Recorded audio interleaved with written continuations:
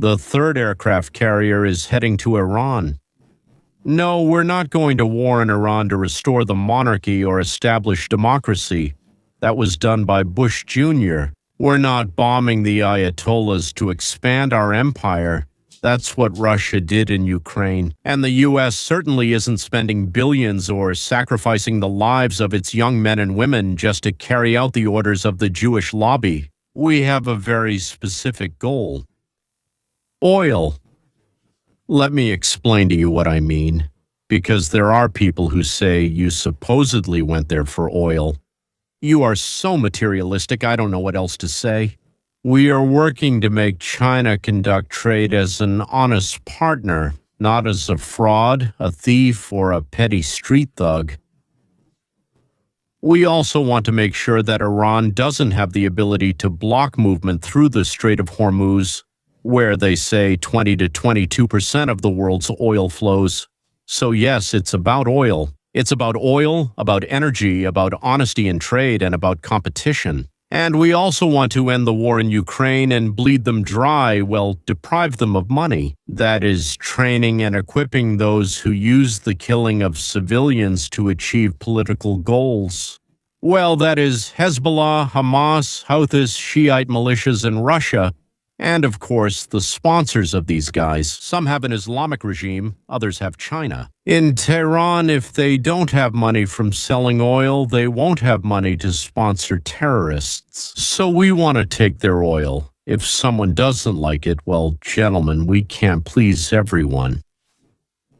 By the way, we're not taking Iran's oil away. Iran will actually get paid for the oil. Well, we hope it's the new Iran, Iranian citizens, the people of Iran, not the Houthis, right?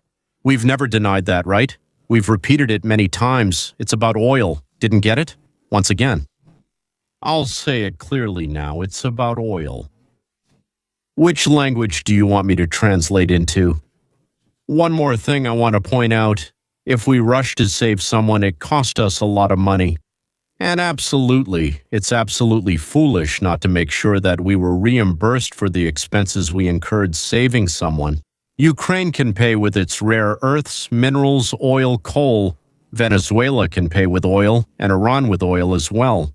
If we're going to fly somewhere else, then before you call us, think about how you can compensate us. It's not about us being for sale. Hardly. But we'll go to help, even if there's nothing to compensate for it. Right now, we have a slightly new policy, which I've already talked about, but let's imagine. But if we've spent resources, then think about it and don't. Sorry, complain that they want to take our rare earths from us. Oh God, my God. As I've said many times before, the U.S. no longer wants to. And to be honest, it can't, from a financial point of view, fulfill the role of global gendarme, policeman, overseer, call it whatever you want. Our task as a superpower is shifting towards correcting imbalances in global trade. We've lost a lot of industries because on the one hand, imports became more profitable than our own production. And on the other hand, many countries didn't allow us to bring our goods into their markets. That could have compensated us for losing our own production by banning us or setting up customs barriers so that we, God forbid, wouldn't bring goods in and compete with their producers. Well, now a new era has come. Then computers, we invented them. The internet, again, we invented it. Now comes AI, artificial intelligence. It started in the USA. And robotics also started in the USA. And we want to stay at the forefront of this new stage. Остаться. We want to stay ahead. We don't want to be left behind. Simply because we agreed to unequal terms of relations to help someone. We helped China develop. We helped Europe develop. We gave money. We helped them develop. And we said, don't worry, we won't bring in our goods. We won't compete with you so as not to kill your production. We will produce a huge amount of energy. We will clear approximately 2,000 miles a strip like that, a neutral strip between our borders and the outside world. What does it mean to clear? We will clear them of communists and drug lords. And we will look after our national interests, Today in the news, Iran, Israel, USA, Russia, China, and of course the conductor of this orchestra, the President of the United States, Donald J. Trump. Iran, which has been hit hard recently, has now apologized and surrendered to its Middle Eastern neighbors. According to the White House, which we've already mentioned, the short-sighted Iranian regime thought it wise to turn all other Muslim countries against itself. They began launching missiles at the Gulf states and have now even tried to involve Turkey in the conflict. According to their own statements, they now claim that All right, we deeply regret this. We understand that it was a huge diplomatic mistake. Of course, it wasn't the best idea to drag half the world into this war. That's why they now supposedly promise that they won't fire at them anymore, which is also quite interesting because most American military bases in the Middle East are located in countries like Saudi Arabia, Turkey, and other similar places. Does this mean they'll stop shooting at Americans? I don't know. It's an open question. Still, it does seem like a significant defeat. This promise was made solely due to relentless U.S. attacks. They sought to seize and rule the Middle East, which, by the way, is part of their ideology, this whole Shiite revolution over there. This is the first time in thousands of years that Iran has lost to the surrounding Middle Eastern countries. They said, "Thank you, President Trump." I said, "You're welcome. Iran is no longer the bully in the Middle East." Instead, they are losers in the Middle East and will remain so for many decades until they give up or, more likely, completely collapse. The Iranians suddenly realized that shooting at their neighbors is not a very good strategy. The neighbors mostly weren't scared but got angry. The war in Iran suddenly became not a war of Jews and infidels against Muslims, but a war of Shiites against Sunnis. And the Jews and the other infidels ended up on the side of the Sunnis, right? And not Iran. What allowed the governments of the pro-American coalition to declare military action against Iran? Their army is gone. Pause. Look, their fleet is gone. Their communications are cut off. Their leaders are eliminated. 2 sets of their leadership have been taken out. They've moved on to the 3rd set. Their air force has been completely wiped off the face of the earth. Think about it. They have 32 ships. All 32 are lying at the bottom of the ocean. Otherwise, they're doing very well. Very well. Other than that, everything is fine with them. Well, almost everything is fine. We'll even help them solve a difficult question: what to do with the oil. We'll take the issue of selling oil into our own hands. Listen for yourselves. This is a long game because our goal is to take these colossal oil reserves in Iran out of the hands of terrorists. And what we experience here in the short term will be more than compensated by the long-term benefits. After all, in the end, we won't have to worry about these problems in the Strait of Hormuz because we'll take all the oil out of the hands of terrorists. And if you look at what happened in Venezuela, the president's actions at the beginning of January revealed Venezuela's potential. We were just there this week. Chevron, a major producer, told us that they've reached record production levels in Venezuela, and that's just in 2 months. So we've seen more progress in 2 months in Venezuela than there was in the previous 20 years, and that's just in oil and gas. Many companies that managed to survive under Maduro are now reaching record production levels. We've attracted many other companies that want to invest, and they're only using a small part of their potential in the oil and gas sector. There are so many other fields, so much more potential. Delcy and her team also said they want to move at Trump's speed. That was the catchphrase of the week. It was a huge week for U.S.-Venezuela relations. We restored diplomatic relations with Venezuela. We talked to them about critical minerals, gold, and coal. We will use all this to benefit Venezuela and the United States. Once again, we are not stealing oil from Iran or Venezuela. Both sides will get more than they did yesterday. More than yesterday. More than when there was nothing. And that's different from yesterday because the sales will go through legal channels at full market value and under U.S. control.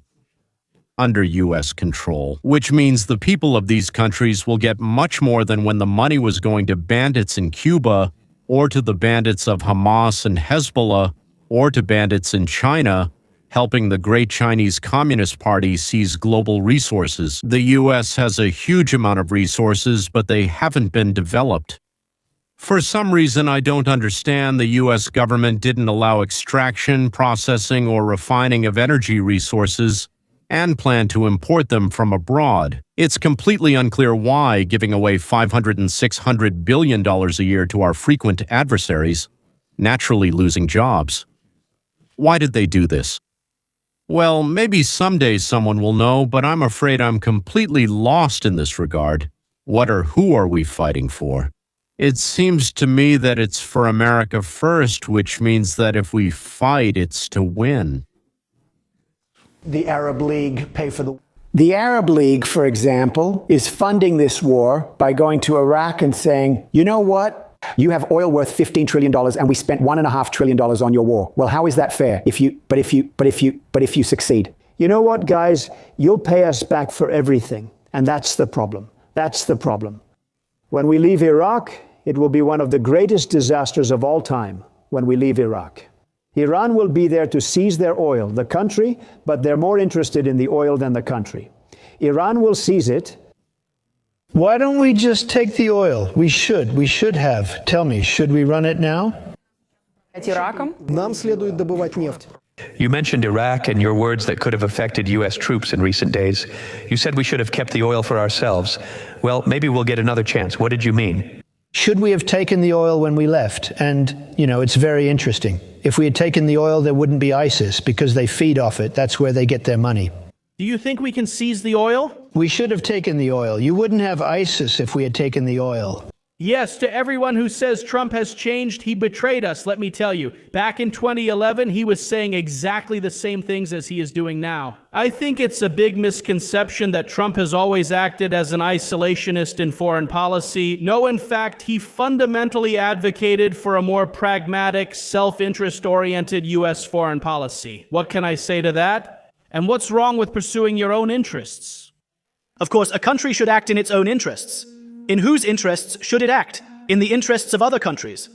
Is that really a good foreign policy to pursue? Oh, well, I don't think so. I believe that most other countries outside the Western world play to win for themselves, because when you're in the game, when you're in competition, you want to win. And Trump is basically saying the same thing here. When will America start playing to win, right?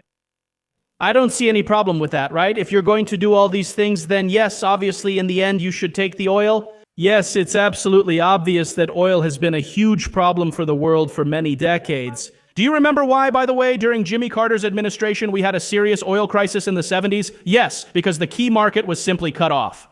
All of it went completely to the east, to the then Soviet world, and that wasn't to our benefit. And obviously Iran did a lot of other bad things. But yes, in the end, if you're going to go against Iran, if you're going to try to overthrow Iran, then it makes perfect sense that you want that country's oil markets to now be reintegrated into the Western world, right? In my opinion, Donald Trump was taken for an isolationist. He's not an isolationist. From a practical, common-sense perspective, war is bad. It destroys and kills. But if you can't solve a real problem, like Iran training and arming terrorists against the U.S., then we're not isolating ourselves on an island or a continent. We take all the steps that common sense suggests to prevent the problem from turning into a tragedy. We don't want to and won't fly around the planet saving others, but if you hit us or are preparing to strike us, then we'll definitely be at your doorstep. With 3 aircraft carriers, if necessary, usually 1 carrier group is enough. Here's another story that's important for understanding. Let's say there's an island in the ocean where 2 tribes live. Let's say there are only 1,000 people on the island. 2 tribes constantly at war with each other, even eating each other. Because if they conquer someone, they absolutely have to eat them. Their teeth fall out by the age of 30 and they live until about 40. No medicine, no good nutrition or refrigerators, no air conditioners and not even toasters, and nowhere to plug in a toaster either. For them, the sun is a god that must rise every morning, and there are sparkles in the sky that someone has scattered. And suddenly, white, terrible colonists arrive on this island, build hospitals, take over the tribes, teach them democracy, and bring electricity. After 20 years, there are 20,000 people living on the island. Not thousands like before, but 20,000 people. There's no place to live at all. Life expectancy has become 60 and will soon reach 70. People still have their teeth, but there's no work anywhere, nothing to eat, All the food, all the medicine, absolutely everything has to be brought in from somewhere else. Before, the natives stopped eating each other, and they even vote to choose their chief. Before, the procedure included duels, killings, and eating the previous leader. But the natives hate the white people who came and brought them what these white people call civilization. It's some kind of nightmare. Yes, I completely understand why they hate them. Just give them the chance and they'll immediately eat all the white people who have settled on the island, and then they'll go to where those white people live and eat them too. And so those who settled on the island brought air conditioners and record players with them. And this arouses incredible envy among the natives. This is what we as a civilization are stealing from those we call primitive. They are primitive, but they needed to be taught something else. If we appeared there, we should have brought the necessary knowledge, an understanding of freedom, an understanding of rights, so that they could build their own lives. We are not isolationists, we are pragmatists. Either, leave the natives alone, ladies and gentlemen, or help them build their own productive society, not just a society of consumers. Stop giving them the leftovers from your table. It's foolish and therefore wrong. Today, Trump invited all the leaders of the neighboring countries to the south of the U.S. There, well, except for Mexico and Cuba, and Venezuela, by the way, everyone came to confirm that Trump and the U.S. are their leader, and that they, as Trump said, are America's shield from potential external enemies. So let's invite Kayleigh McEnany. I think, Kayleigh, I've already said that for many, this shift toward our hemisphere, toward security here, toward pushing out the Chinese and becoming better partners with all these countries, many of them, not because they wanted to, but only because of our own neglect, started making deals with China. And now President Trump is kicking China out. Tell us what you think about this summit, what it means for America and its security. President Trump, simply put, has reshaped the world order. You are absolutely right. He has dismantled China's Belt and Road Initiative. That's a big part of what we're seeing right now. I mean, 2 months ago, it was Maduro, and now we're in Iran, and we're bringing China to its knees. And we're putting pressure on them and their ability to get energy, and we're breaking up this terrible alliance between Iran, Russia, and China. Piece by piece, he's achieving a world order that has isolated Iran and allowed us to strike. And next, he's isolating China. I never thought we'd see this day. And to do it in just a little over a year, it's incredibly impressive and it's worth remembering. Trump 1 laid the foundation for what you're seeing here with Trump 2. It's interesting that Mexico wasn't there, so who was? There were Argentina, Bolivia, Chile, Costa Rica, the Dominican Republic, Ecuador, El Salvador, Guyana, Honduras, Panama, Paraguay, Trinidad and Tobago. Big picture, the overall global strategy of the Trump administration, their approach is that if they manage to deal with Iran and eliminate the threat coming from Iran and bring these Abraham Accords back on track, then this will allow the United States of America to hand over the management of the Middle East to partners who are committed to peace and trade, not terrorism and chaos, and completely redirect our attention to our own hemisphere. And as you noted, we saw the foundation for this with the Abraham Accords when Bahrain and the UAE came together, and then Morocco quickly joined. And now, interestingly, the president is broadcasting, I think, a strategic message this morning. He states that this morning, Iran apologized and capitulated to its Middle Eastern neighbors. You go on Truth Social, and he writes, today, Iran will receive a very strong blow. At the same time as the destruction of those who undermine trade and normal relations, leaders of countries with whom the U.S. will negotiate joint defense, fair trade, and regional peace without wars are gathering. And personally, I like this. The Latin Americans gathered to sign an agreement on joint efforts against the cartels. Basically, that's a military alliance. Ladies and gentlemen, I suspect that under this agreement, we have the right to enter their territory to fight the cartels. That's why Scheinbaum didn't come. She can't sign something like that. They'd kill her on the spot. Maybe that's also why the Venezuelan beauty didn't show up. Did you watch President Trump as he prepares to sign the American Anti-Cartel Coalition? He will be surrounded by allies from Latin American countries. We're being told that this will be a force for good to stand up to the cartels. This morning, he also spoke about Iran. He stated that the only way to stand up to adversaries is with American power. He said that we destroyed 42 Iranian military ships, and interestingly, he added, I ended 8 wars, and another one is on the way. But he didn't specify which war it would be. He also announced this morning that Iran, and I quote, apologized and surrendered to its Middle Eastern neighbors. But nevertheless, he vowed that today this terrorist state would be hit very hard, and we will be covering events all across Israel, today on Saturday in America. I'm Kayleigh McEnany. And we have key analysis from former Vice President Mike Pence on why he supports these efforts regarding Iran. General David Petraeus is here, as well as Democratic Senator John Fetterman. Henry Cuellar is also one of the 4 Democrats who voted for the president to retain his military powers. But we begin with our Fox team broadcast. With us are Nate Foy and Trey Yingst. But let's start with the analysis of General Jack Keane, who was sitting here with me while we watched all of this. And General Keane, what can you say about those 40 Iranian military ships that were taken out of commission? General Keane, what do you make of these 42 Iranian naval ships taken out? No. What's going on here? We have significant momentum. Besides, this is a joint operation with the Israelis, and honestly, it's being carried out flawlessly. It's really very, very remarkable. Another thing you mentioned, my interpretation of ending 8 wars, and another one, I think he's ending this war. What sets President Trump apart from his predecessors is that he's willing to use force to stop something bad from happening or to establish a peaceful solution. This is very similar to Reagan's approach to the same foreign policy strategy. He believed that, yes, you should use diplomacy as long as possible, but you shouldn't be afraid to use force to achieve the same political goal. Ballistic missiles, drones, nuclear capability, and what is really in the spotlight, and this is very different in terms of military operations, is to destroy all of their production capacity for making weapons, no matter what kind they are.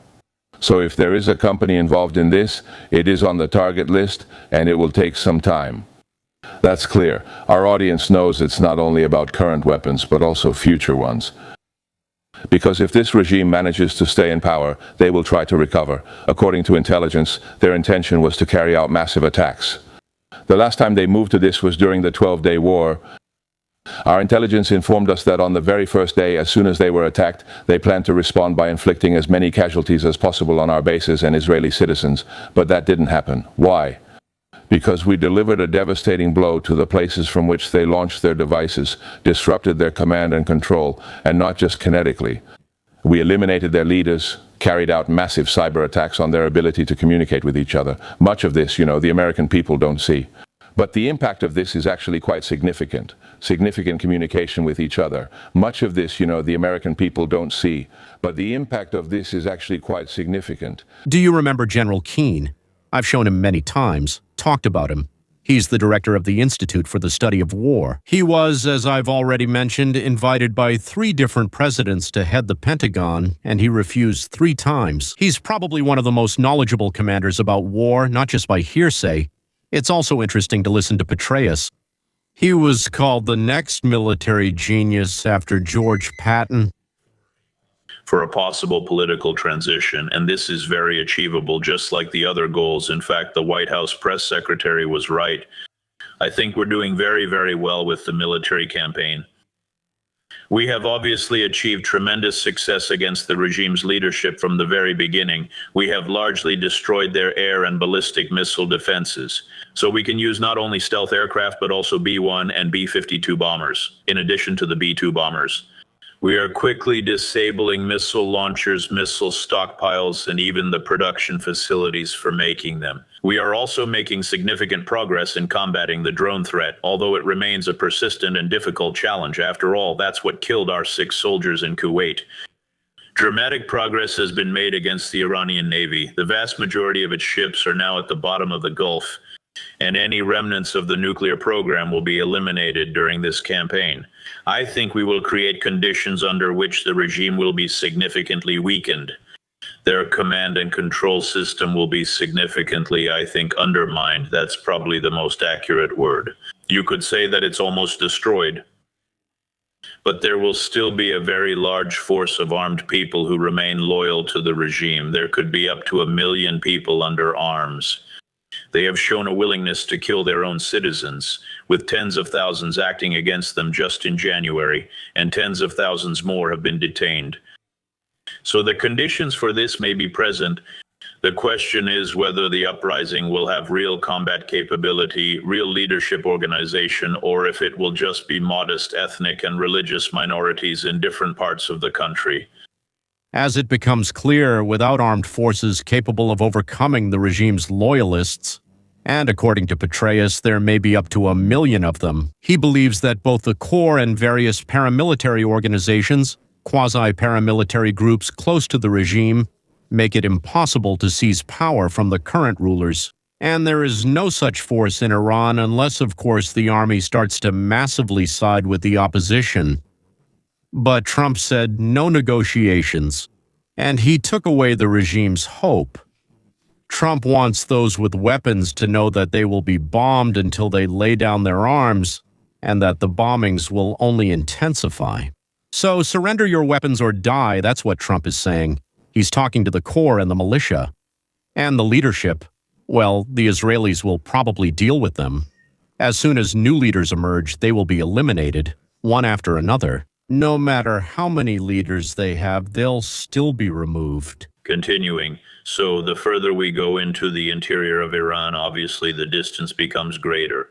You might have to refuel a bit more often before entering the airspace. But it all comes down to whether we've completely disabled the air defense and missile defense systems, and I think we'll either do that by the time we get there or shortly after we enter. The truth is, this highly complex air and missile defense system that Iran had has been destroyed. It was destroyed in the first hours of the 12-day air campaign by the Israelis flying F-35s, which we provided to them. It was a Russian system. And Russia doesn't have anything extra right now. They can't share or replace this system at all. They can barely keep their own systems operational. Every single day, the Ukrainians attack them with drones. So I think, again, this will mean greater range, new targets, obviously, but it's very, very doable and also very necessary, In other words, the U.S. and Israel are going step by step deeper into Iran, first destroying the most serious facilities, and now from one end of Iran to the other, they are clearing out everything that can shoot, fly, or manufacture weapons. And the hope is that the core is tired of this and will lay down their arms. Will this happen or not? No. If it happens, we don't know when. But I suspect that in another 2 weeks, it's already been a week of conflict, so in another 2 weeks, another group of leaders, both military and political, will be eliminated. And we will know whether the hordes of Islamists are surrendering or have decided to die but not give up their homeland. Well, in that case, we'll have to kill them. The first important event is that the Iranian President Masoud Pezeshkian has just appeared on state television, and he made a remarkable public apology to the neighboring Persian Gulf states for the Iranian attacks that took place last week. And he promised that there would be no more attacks on any neighboring countries unless Iran is attacked from their territories. And as part of his apology, he explained the strikes on the Gulf countries as a communication failure within their own ranks. And this statement about misunderstanding couldn't have been more ironic, because while this pre-recorded apology was being broadcast, Iranian missiles and drones were still actively striking Bahrain, Saudi Arabia, and the UAE at that very moment. So what we're seeing here, against the backdrop of these apologies and the strikes being carried out while the apologies are being made, is a very clear split in the leadership. The president sounds conciliatory, while the IRGC acts autonomously and independently. Their commander-in-chief, Ahmad Vahidi, is essentially the de facto leader. He continues the aggression on his own, while the elected president, meanwhile, offers apologies. I think that the apologies to the neighbors are mainly motivated by a different consideration. Iran is running out of missiles, well, launchers, and apparently drones too. And the explanation that we won't attack anyone except the aggressor covers up the fact that they have nothing to attack with, because there are American military bases in all the Gulf countries, and logically those would be the ones to attack. But we won't. So what will they target? Residential neighborhoods in Haifa and Tel Aviv, kindergartens, restaurants, and theaters. And we won't attack military bases. Remember, I told you that on the first day of the war, Iran launched 350 rockets, and by the fourth day, it was already 50. And do you know how many rockets the Iranians, the armed forces of Iran, were able to launch on the seventh day? At first there were a lot, but now it's barely 8. That's right. I mean, the number is dropping. On the seventh day, 8. Maybe they still have some rockets left somewhere, but Israel and the US have destroyed most of their launch devices. Gentlemen, we've started making additional, more in-depth video analyses for our sponsors. Sponsors help us, well, let's say cover the technical support for the channel, and for just $4 a month. By the way, if you subscribe for a year, it comes out to even $3 a month. They get access to the material, which everyone else, if they see it at all, will see much later. Sponsors get the right of first viewing and the right to participate in determining the direction of the channel. Our whole team carefully discusses their comments and, as they say, pays special attention to them. So, Iran, we have to solve this problem in 2-3 weeks. Well, 4 weeks at most. And we will solve it. Don't forget to subscribe and hit the bell. If you can't find it, write in the comments and we'll reply. Someone wrote to me, I can't find it. Write in the comments and we'll explain. Goodbye.